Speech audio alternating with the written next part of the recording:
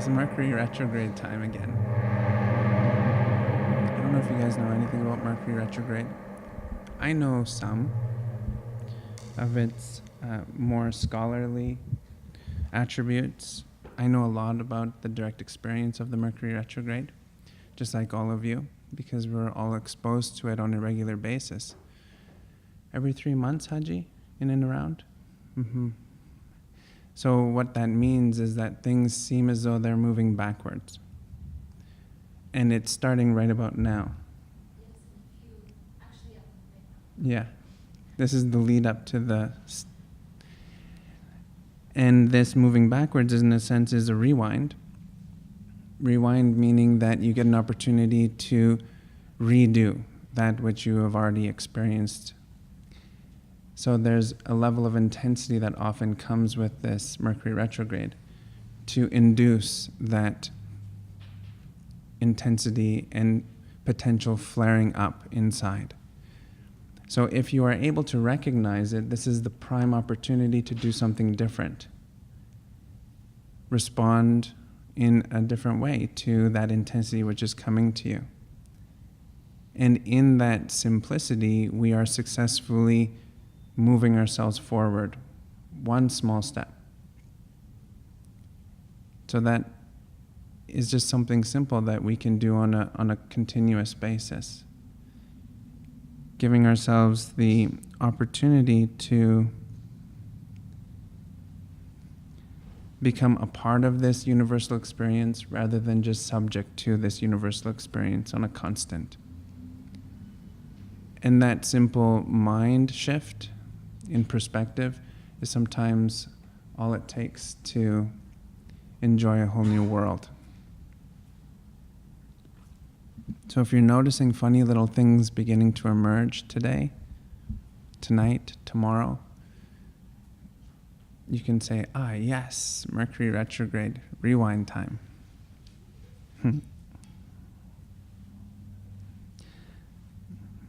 Something else that really aids in the softening of the planetary influence is yoga, and within yoga is the practice of meditation. So we are really doing the right things at the right time, allowing the mind to let go slightly of the hold that we have on the way we think things should be. And within that precious moment of time, we are realizing that we are actually stronger, more powerful than what we might think of ourselves at first glance or first feel.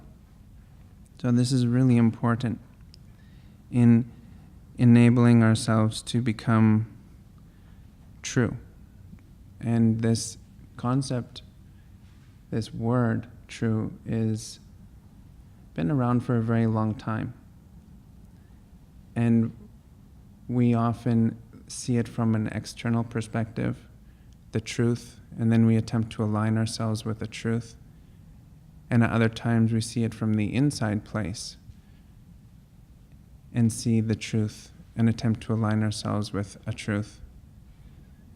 But what we ideally are learning from the experience of aligning with the truth is that it is dynamic. It is able to express itself in as many ways as there are people in the room. And in that dynamic quality which exists within truth, we are able to very easily become friends with it. So the alignment part is actually sometimes hard. It's actually very challenging to keep up to what the perception of the mind feels it is. So rather softening our perception of the mind and allowing the relationship to begin to emerge. So what does the truth mean for you first? Not aligning to an external source or even an internal source, but just becoming friends with what it is. And allow that then to work on the mind. Allow that then to work on the external pursuits. And then begin to see what happens. And through the observation of this happening, we begin to develop understanding. In the consistency of this observation, the understanding then develops into a wisdom. So the wisdom is an absolute form of truth that one feels based upon a direct experience. And that direct experience is unshakable knowledge. And that unshakable knowledge is then what aligns quite freely and easily to all of the other thinking minds and feeling bodies around the world that have connected to their own expression and experiences of truth. The reason why I bring this up is because it's a huge theme within the developmental stages of a meditation practice. Because of the nature of meditation and the subtlety of meditation, we are continuously accessing routes that will take us into increased quiet. And that increased quiet is often directed towards a single point of experience. And within that experience, there's an expression. That expression that we see, that we feel for a single moment or for a long, long-lasting time is narrated through the continuous expressive experience of the experiencer. Does that make sense? The continuous expressiveness of the experiencer as a narrative, which means it's woven into the behavioral patterns of the individual who is actually sitting within the space of meditation. So the enabling of the friendship, which exists within this truth, is really important, because what we're navigating is the environment of the body. And there's so much going on within the body as we attempt to seek out comfort. The environment of the breath, the environment of the mind. And the mind is an incredible tool, but within the tool there is an incredible learning curve. And that learning curve exists because of the dynamism which exists within your own psychology. And by dynamism, I mean the agility, the ability to move, the ability to shift, the vibration in itself, and the magnetism which it holds. The mind is an incredible magnet that can expand, but also contract. And when it contracts, it squeezes and clamps down as a hold onto the patterns which the mind produces. That squeezing of the pattern is the narrative that I'm talking about. So as we open up and allow the expressive, more expanded forms of mind to exist, we begin to see off in the distance, with our eyes closed, within the vista of the eternity, quite literally, because we can't find the end of the mind when we close our eyes. There is no end. So right there, right on the vista, there is a point. And that point is actually where we're moving towards. It's the beacon. But that point is a felt and known understanding. It is a known understanding. And the reason why I can say that is because it's coming from inside of you. So anything that comes from inside of us is already a known and understood experience. But within that truth, there is the learning curve that we're developing. So within the practice of meditation, we want to soften the environment of the body, the environment of the breath, and the environment of the mind, and strengthen the ability just to simply rest, gaze, and all the senses upon that single point.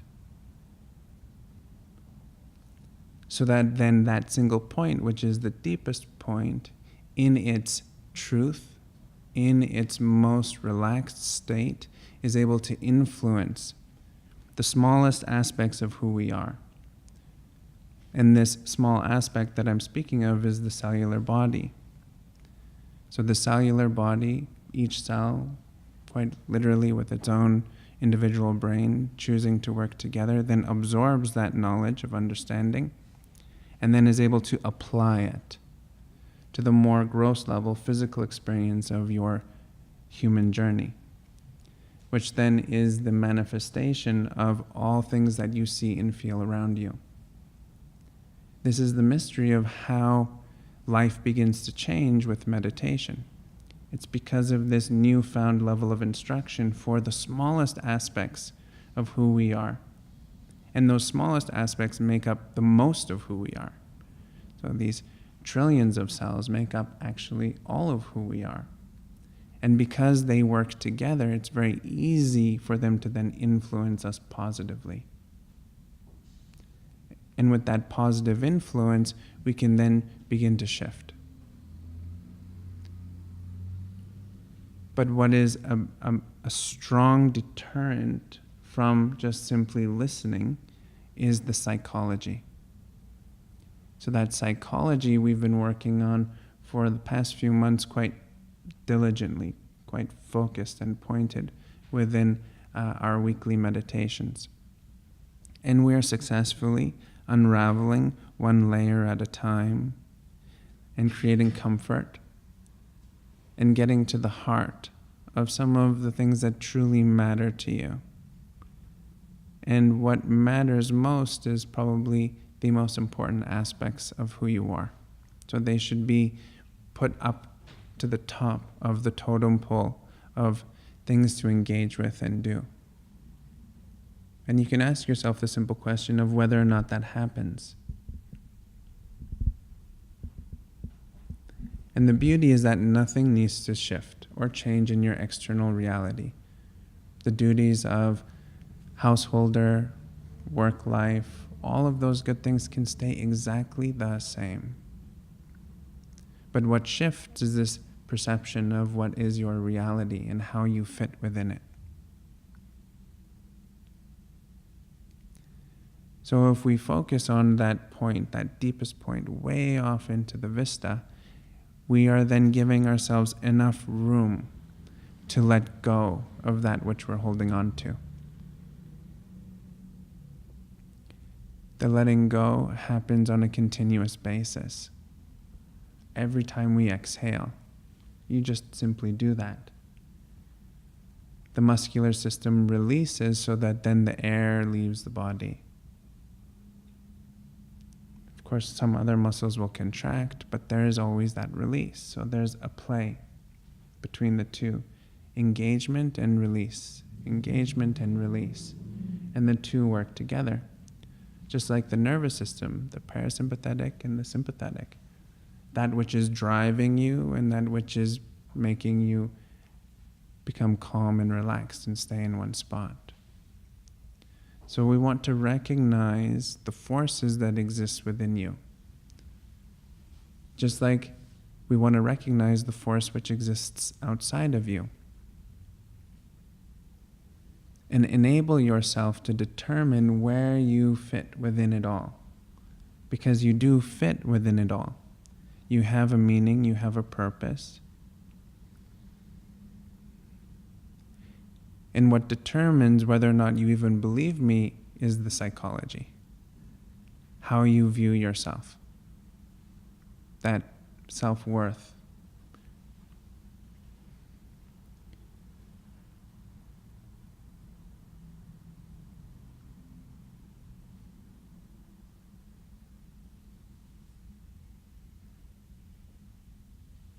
Self-worth is very important. It's probably the most important thing that we can bolster within our reality is that you are incredibly important. To the point of really being the center of the universe. Your reality, your truth, your consciousness is the center point. And everything else can just simply organize itself around you. Wow. And as I say that, I have to also add that with you being the center of the universe, it gives you an incredible amount of responsibility. Because as the center of the universe, then how do you conduct yourself?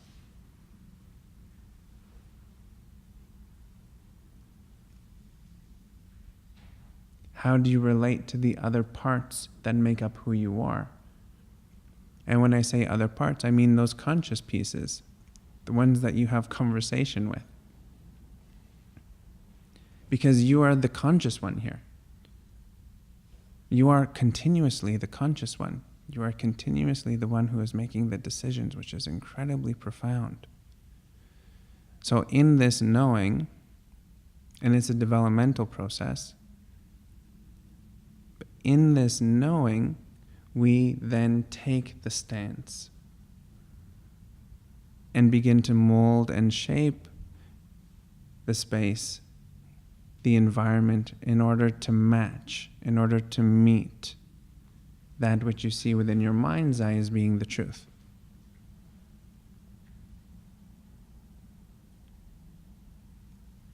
Understanding that nothing actually has to change on the outside, it just needs to shift on the inside. And then from this inside place, there will be no choice but for the outside to then start to move.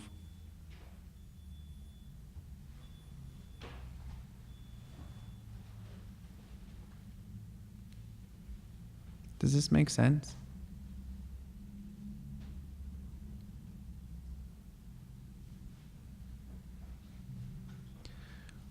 Oftentimes to talk about topics like this feel a little bit scary, feel a little bit big, feels maybe out of depth.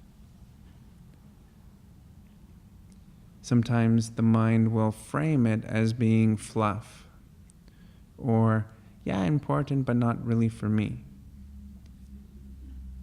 And as you move, not in this room, but outside of this room, I'd like you to recognize the moments that begins to happen. When we go from a belief to disbelief. And I'm not talking about belief in the individual who is speaking, but I mean from the individual who is doing the experiencing. So imagine that. Your conscious person has a running dialogue that it's listening to. Now, why would there ever be any negativity towards this conscious person, that in the form of a violence towards oneself?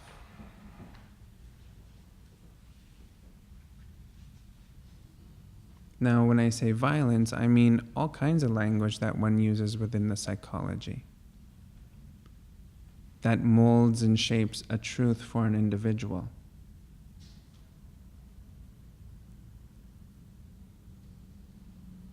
So there's some trickery that might be there, or an education which might be needed to be put into place in order to teach that aspect of who you are, how to then be nice.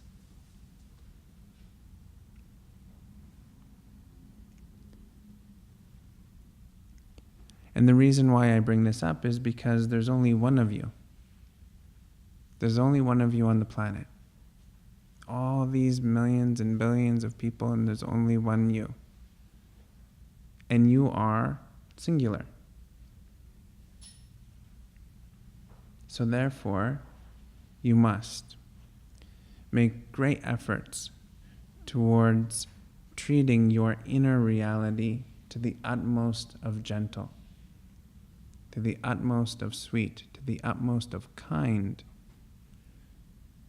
so that then the mind can feel comfortable enough to relax.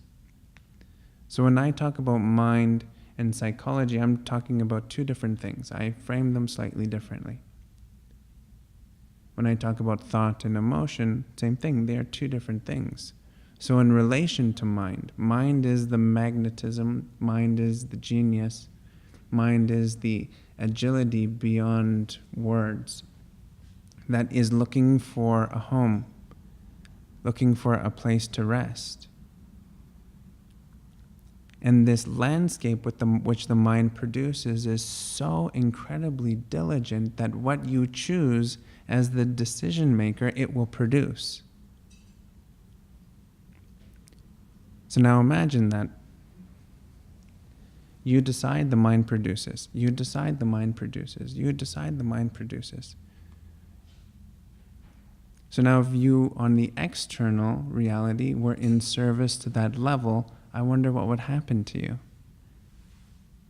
Someone asks you to do something, you run over here, you run over there, you run over there, you do this, you do that. You would just fall flat exhausted. But the mind is in the same position as you would be if you were in that level of service.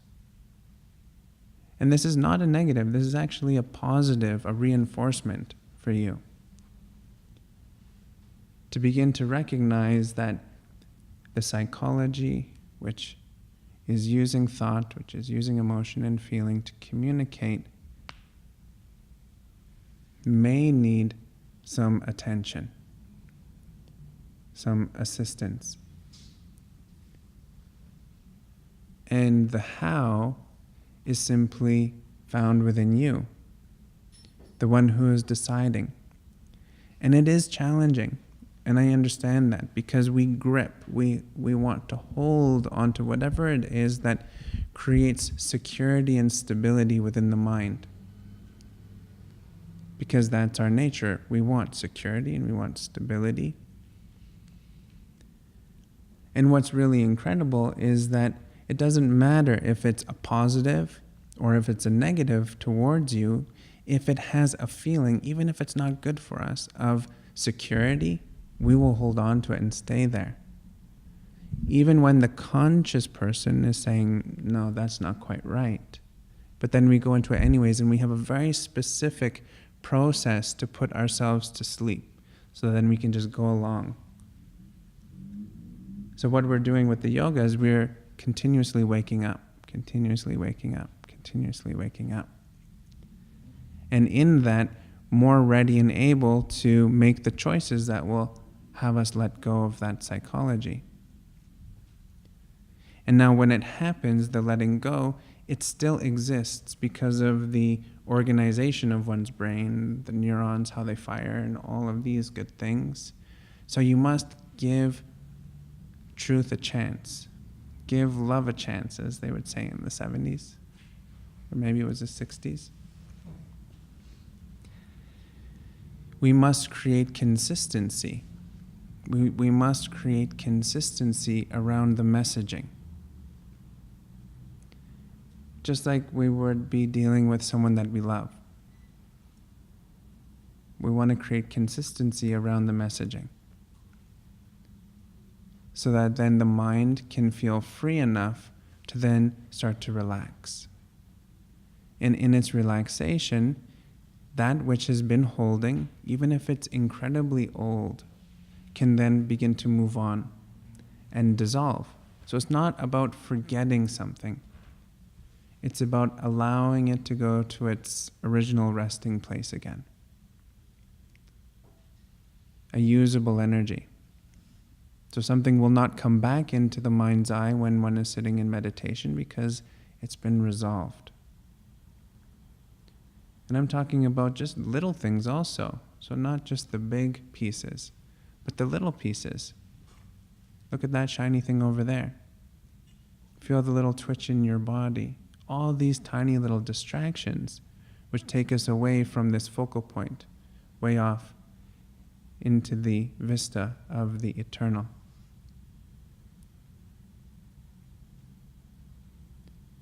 And there's a profound, grounded state which begins to emerge. Now it's important that we note that this is not an attempt to remove emotion. It's actually an up-leveling of your ability to allow the emotion to be pure. Pure fear, pure sadness, pure anger, pure happiness. No strings attached. No intense webbing for that emotion to go through, and every time it pulls on one of those strings, it's a memory. triggered within the body, triggered within the mind, and lived out through your nervous system.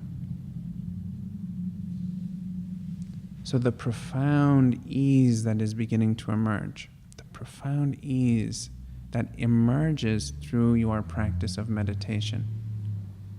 Why? Because you're simply choosing the alignment, the direction that is set out for you, not anybody else. The truth.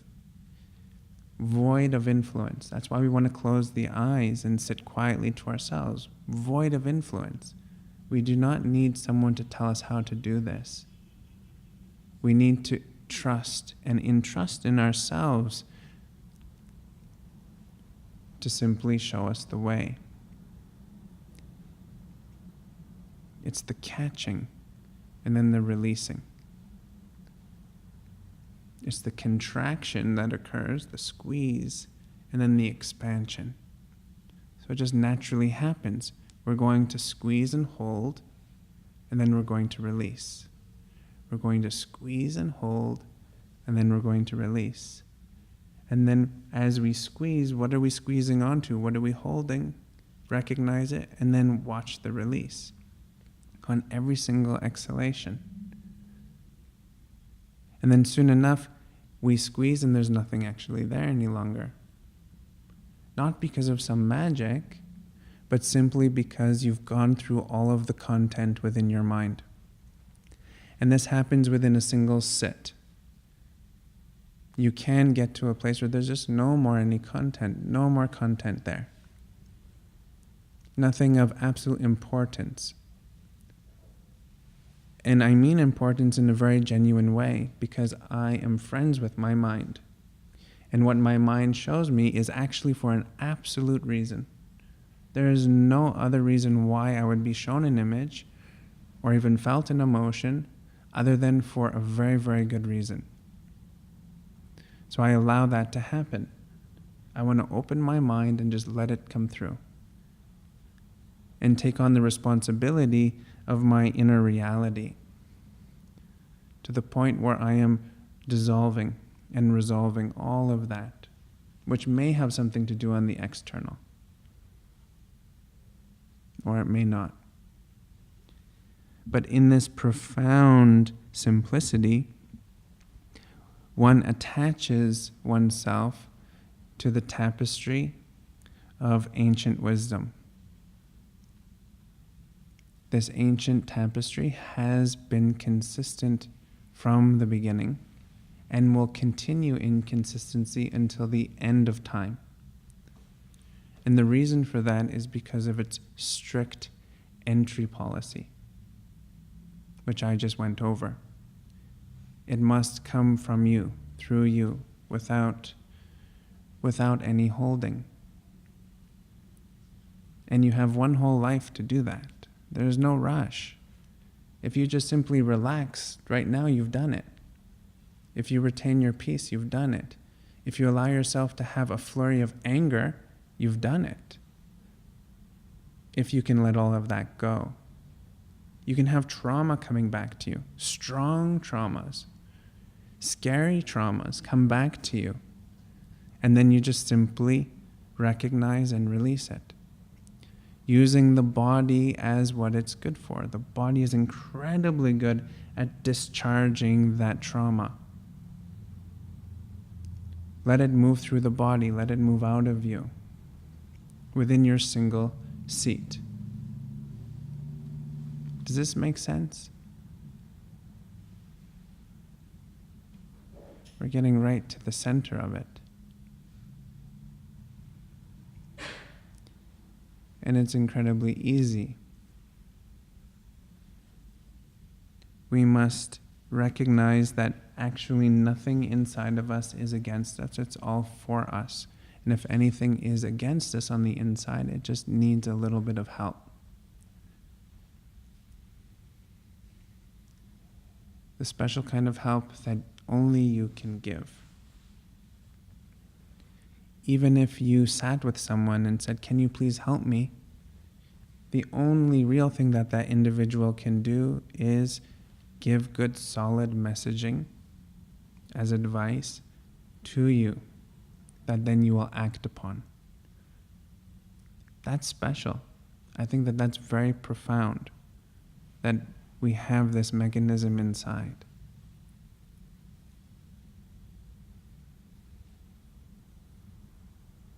So what I'm interested is in your growth and development. That's why I'm sitting here. That's what I do. I think close to 17 years now I've been here in this city doing this. But your growth and development is based upon you.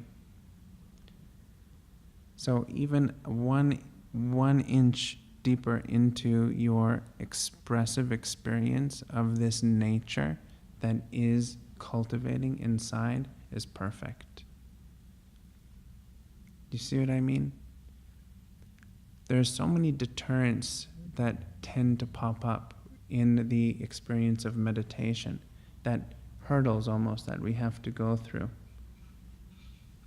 But they become minimized and less and less and less the more we begin to recognize the fact that you are the only one that exists on the planet.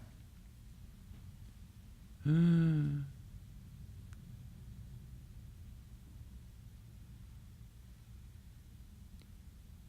are incredibly self-centered and absorbed.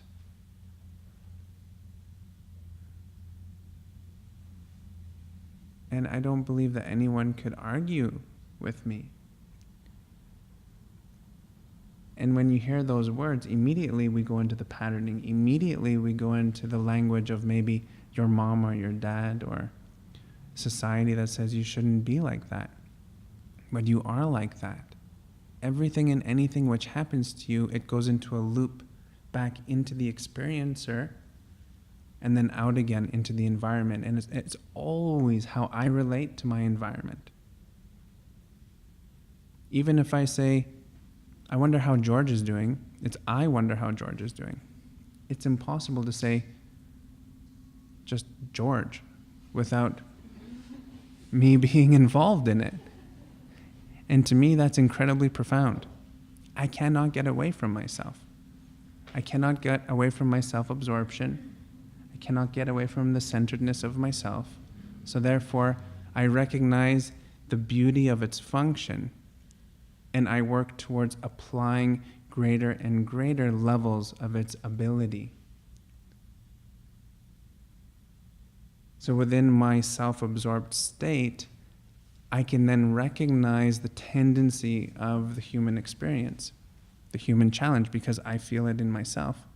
And then how I interact with myself, I can then outpicture into the world around me. And this is the wisdom tradition. Study oneself and then know everyone. Because we're all the same. We are individuals, completely isolated, but within our individuality, we're connected like aquifers to everything else around us. Underground rivers everywhere. The human experience is the human experience in 1 billion different expressions. 8 billion different expressions.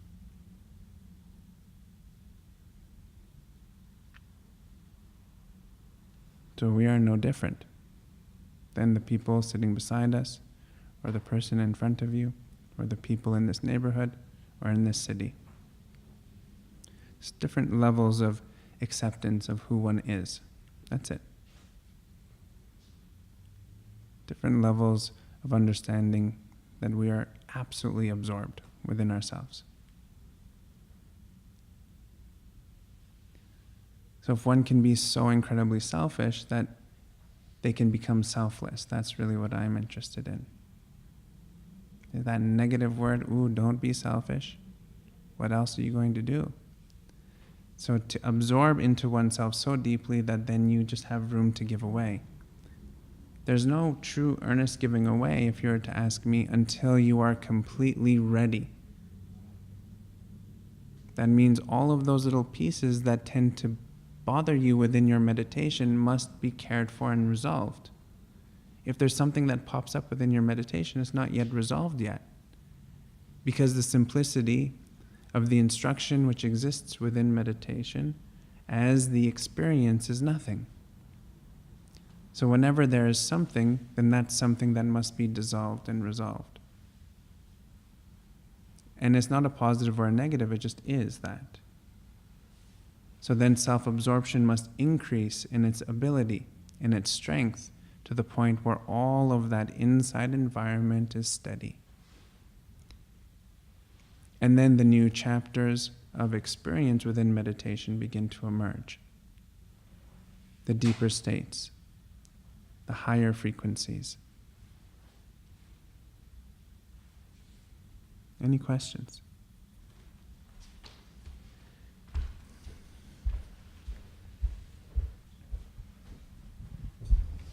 Arion Bhagavan. How are you doing? Very well, thank you. Very good.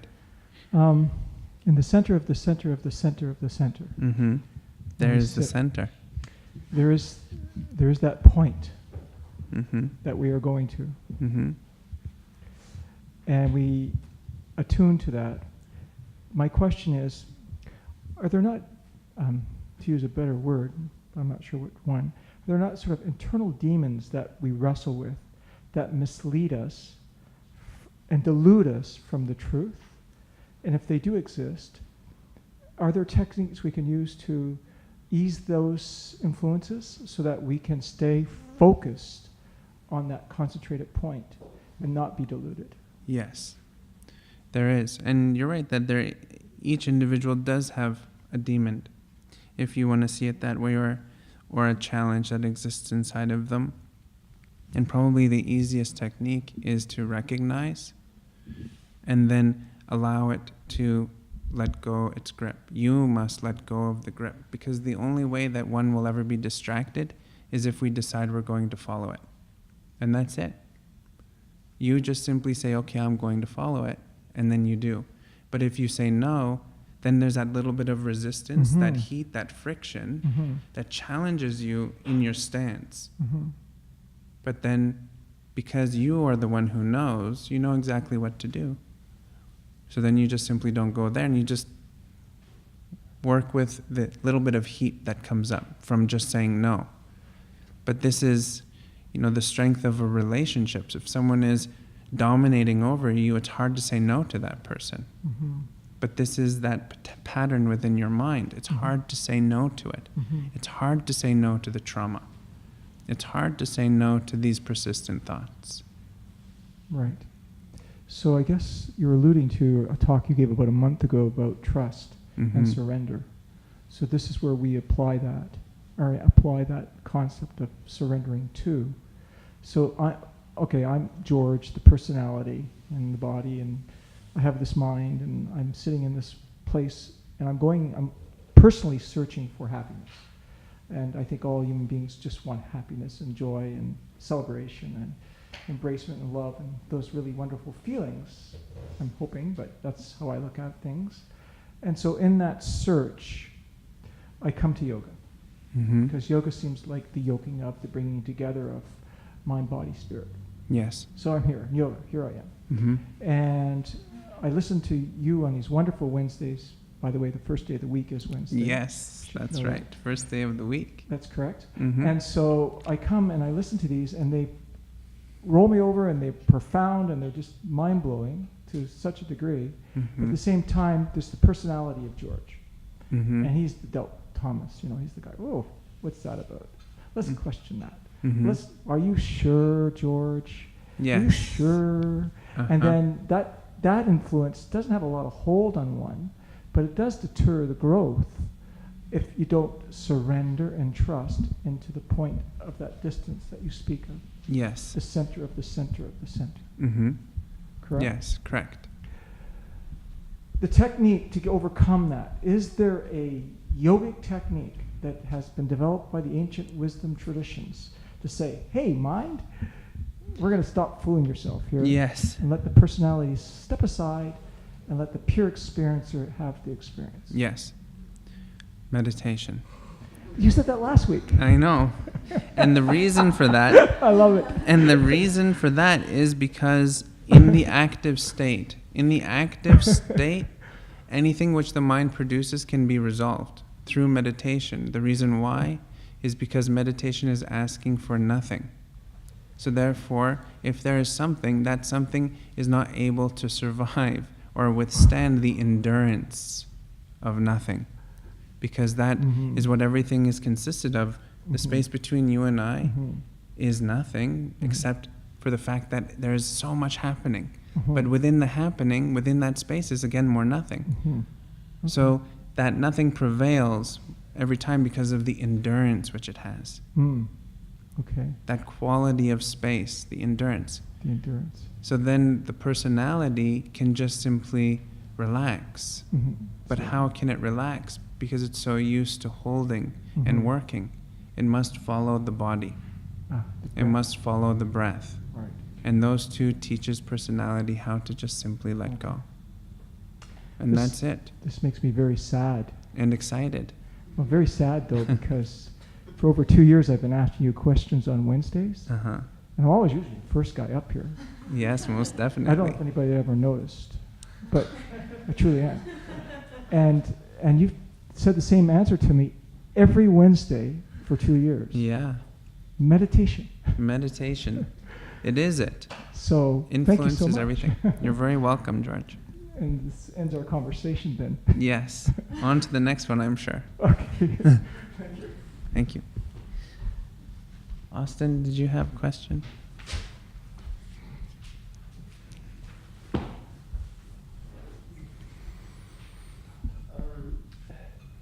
So I think you're wrong. What George actually what should have done was as a little boy, not have sex. Because of this premise that the yogi is not supposed to have sex until 25. I don't know anything about the topic academically. I'll speak about that after the question. In yoga, we say a male should not have sex until 25 years old. And I want to know why, but not through pop culture philosophy, which I think is what you speak about, or is what your teaching is. I want to know why through the lens of forensic psychology. I want to know how a yogi who has sex at a young age is different than the yogi who doesn't. What are the theories in forensic psychology involved in explaining if these two people are different than one another? And can you cite any reports in academic journals doing research in yogic topics? Then can you look at this question through the lens of Indian heritage study and cite Indian philosophers that have spoken about this topic, which he had spoken about? So I can leave your lecture with a route to learn about this topic objectively, so I'm not biased by your personal beliefs. So you had given him the answer that it ends up with meditation, but that's not grounded. There's no there is literature speaking about that, but I don't think you can cite any of that literature.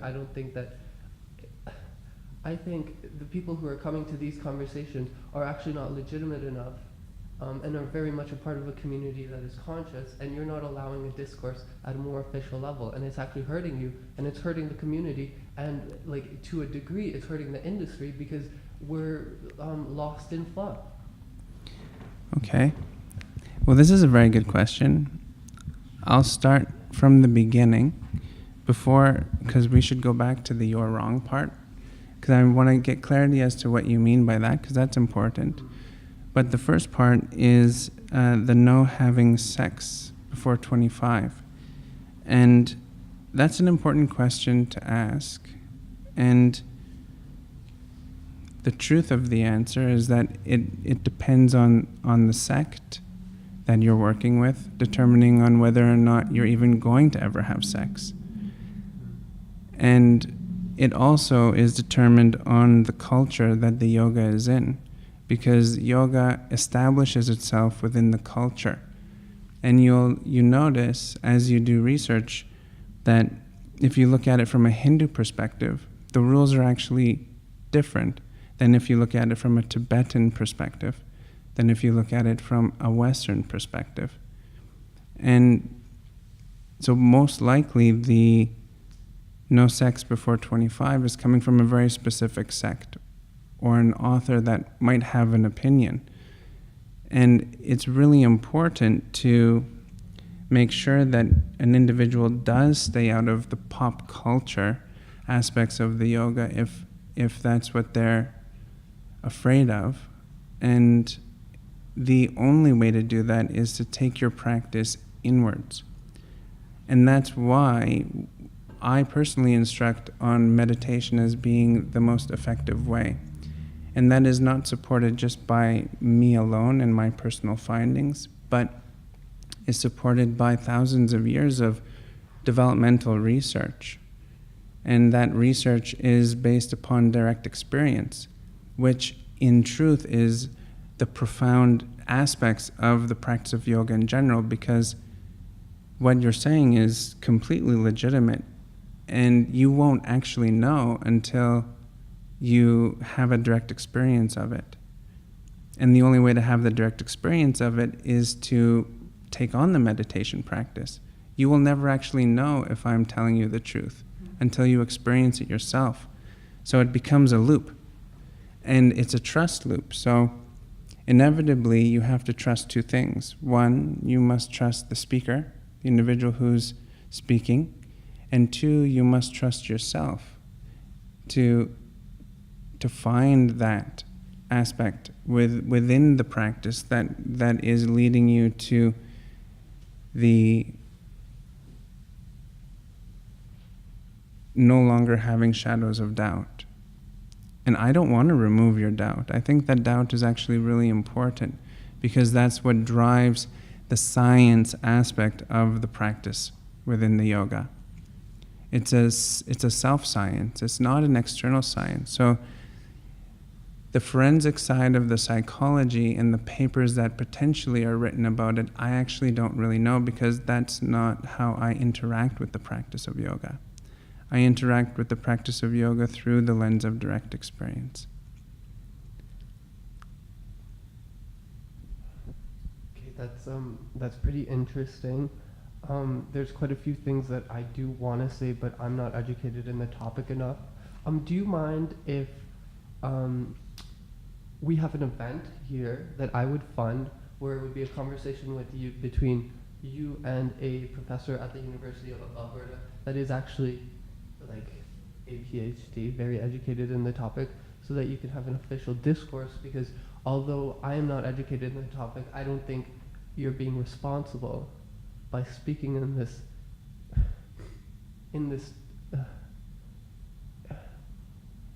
in a very particular way that does have notions of cult sensibility. Sure, I would gladly do that. Really? Like we can look into it? Like in the next 6 months we can have an event? 100%.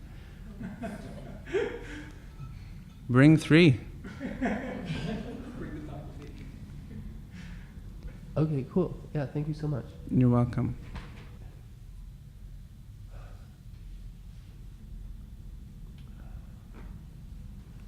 All questions are allowed here. And I'm very excited to meet these psychologists. I would love that. Mm-hmm. Any other questions? Hello. Hi. So the question that I have is, I practice meditation on my own, and you mentioned that there's this process of letting the thoughts come, and then there's that process of acknowledging what those thoughts are before letting them go. And I'm wondering, what is the benefit of that middle aspect of acknowledging what those thoughts are before letting them go, without just letting them go? I don't believe that we can not acknowledge them before letting them go, because as soon as they come into our field where we can see it, then there's an instantaneous recognition of what it is. So in that, to allow that observation to occur is really important, because then we are enabling ourselves to have a freer flow of thought without the binding or the holding. So getting used to observing thought, recognizing that they're there as we're letting them go, becomes a a very strong point of development for your meditation. On your meditation cushion in your formal practice, but also in your day-to-day. Mm-hmm. Is there a psychological sort of benefit or sort of like, I don't know, understanding, or is there a psychological aspect to that? There is. There's a psychological benefit because if we enable ourselves to allow information to come up and then allow the recognition and allow the letting go, we're resolving it. So then we can choose on whether or not we need to see that thought again, or whether or not that thought process and the emotion which is associated to it is good for us any longer. Thank you. You're welcome. Any last questions?